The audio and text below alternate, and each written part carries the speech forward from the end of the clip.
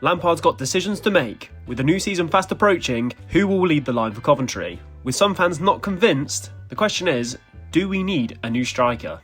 Currently we're stacked with options available, with even some youth products coming through. However, some fans aren't quite satisfied.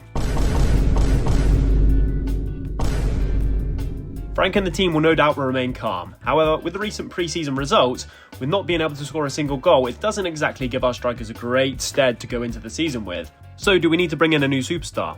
Well, let's look how our strikers performed. Ellis Simms most frequently led the line with 43 matches, Thomas-Asante with 36, Haji Wright with 27, most of those coming from the left, with only a few singular performances in the centre-forward role, before sustaining an injury which left a lengthy period on the sidelines. Norman Bissett with only 25 appearances, however many of those coming from sub-appearances with just a few minutes left in the game. And now when we look at goals, only 6 for Ellis Simms, which he'll be disappointed with, 4 for Thomas-Asante, and only 2 for Norman Bissett. A respectable 12 for Haji Wright, considering his injury, it's not a bad performance. Now I'm going to brush over on assists here and mainly focus on XG and XG minus goals. And what we can see for Ellis Simms, Thomas-Asante and Norman Bissett is they're sat within that negative realm. Now that's a sign that they're underperforming and perhaps should have scored more than they did. Now, when we look back at the 2023-24 season, all strikers had a better performance than they did on the 2024-25 season. So we have to ask ourselves, what happened? Now you may be thinking, well, where are the goals coming from? And to put your mind at ease, when we look at big chances created, you can see that we're actually generating a lot, only behind Leeds. You can actually see again, we're creating a lot of chances that are leading to high XG, only behind Leeds once again. Is when we look at goals scored, you can see that they're slightly declined versus our XG, but again, still scoring a high total. Only 3 other teams outscoring us in Burnley, Norwich and Leeds. So how do we stack up against the rest of the Championship? Well, strikers as a whole didn't have a great year last year, and many of you may be surprised to see Haji Wright sat in 5th position. And then when you break that down further into goals per 90, you'll actually see Haji Wright has 0.53, which when we shuffle the deck puts him in 3rd spot. Effectively, by goal scoring logic, this makes him the 3rd best striker in the league. So how do our strikers like to play?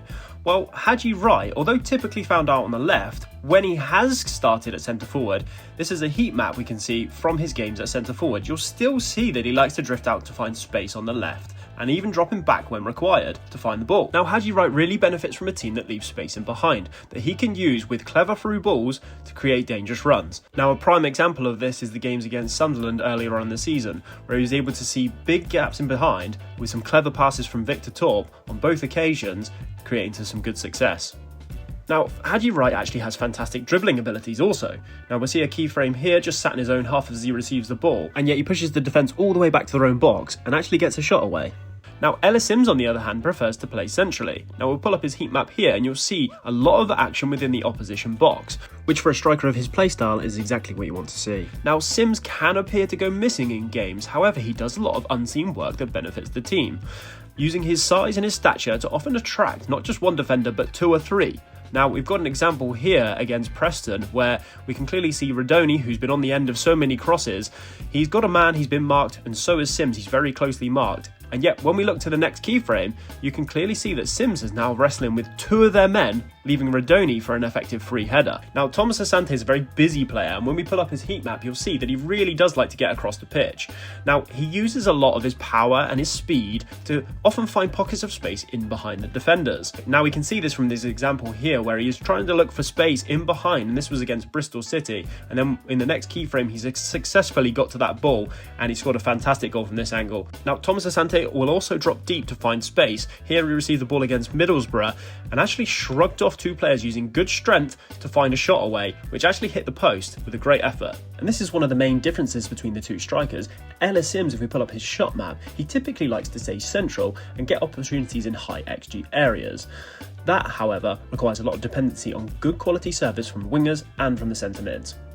Thomas-Asante, on the other hand, has a lot of shots from outside of the box and in low XG areas. Now this could be down to the quality of service that he's getting and needing to take the opportunities when they arise.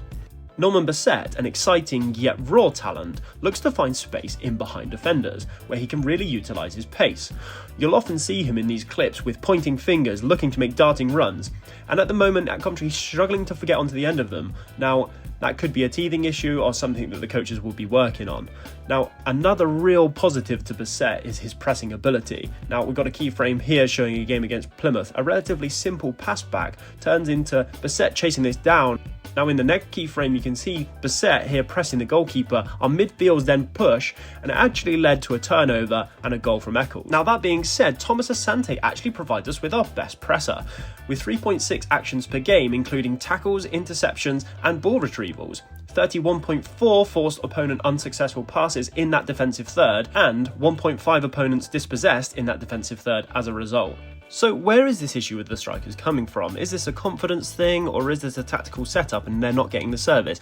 Well, you could probably say it's a bit of both, considering that we like to play a slow, methodical, possession-based game focused on the wings. And as we like to progress the ball forward, you'll often see Grimes drop deep, with Rodoni pushing out wide. Now as that ball progresses forward, we will typically look to seek options out on the wing, leaving this gap around our striker where they can feel somewhat isolated. And when they're up against a low block or a defensively sound team, it can lead to a very frustrating day. Now the game against Plymouth is a great example. We had 73.2% possession, 517 passes, and actually lost this game 3-1. Now if we look at the touch map from Ellis Simms, he only had 17 touches, and bringing up those actual actions of what they were, many of them were actually unsuccessful, leading to a tough game.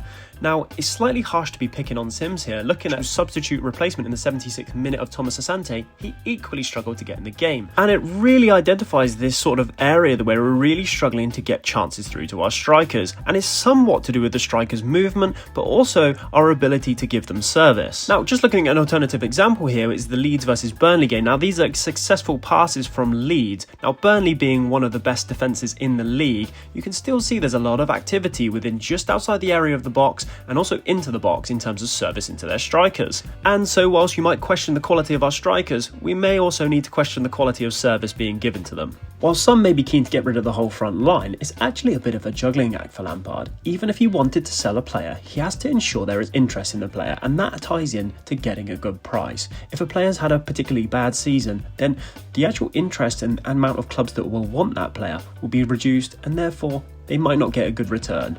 Now, player sales have been crucial to the way that Coventry want to operate in terms of retaining profit and pushing that forward to the project of getting promoted to the Premier League. You also have to consider, can you actually replace that player for the profile that you want? Now, there's limited options in the market, and will they fit into the squad? You also have to consider new options coming in. For instance, a more direct player who can help get us into the channels that we're struggling with could unlock our strikers' abilities. Buying a player can be just as difficult.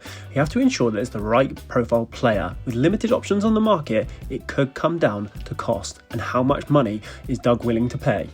You also have to consider playtime, not only for new signings, but existing players, and how will that affect player satisfaction within the team.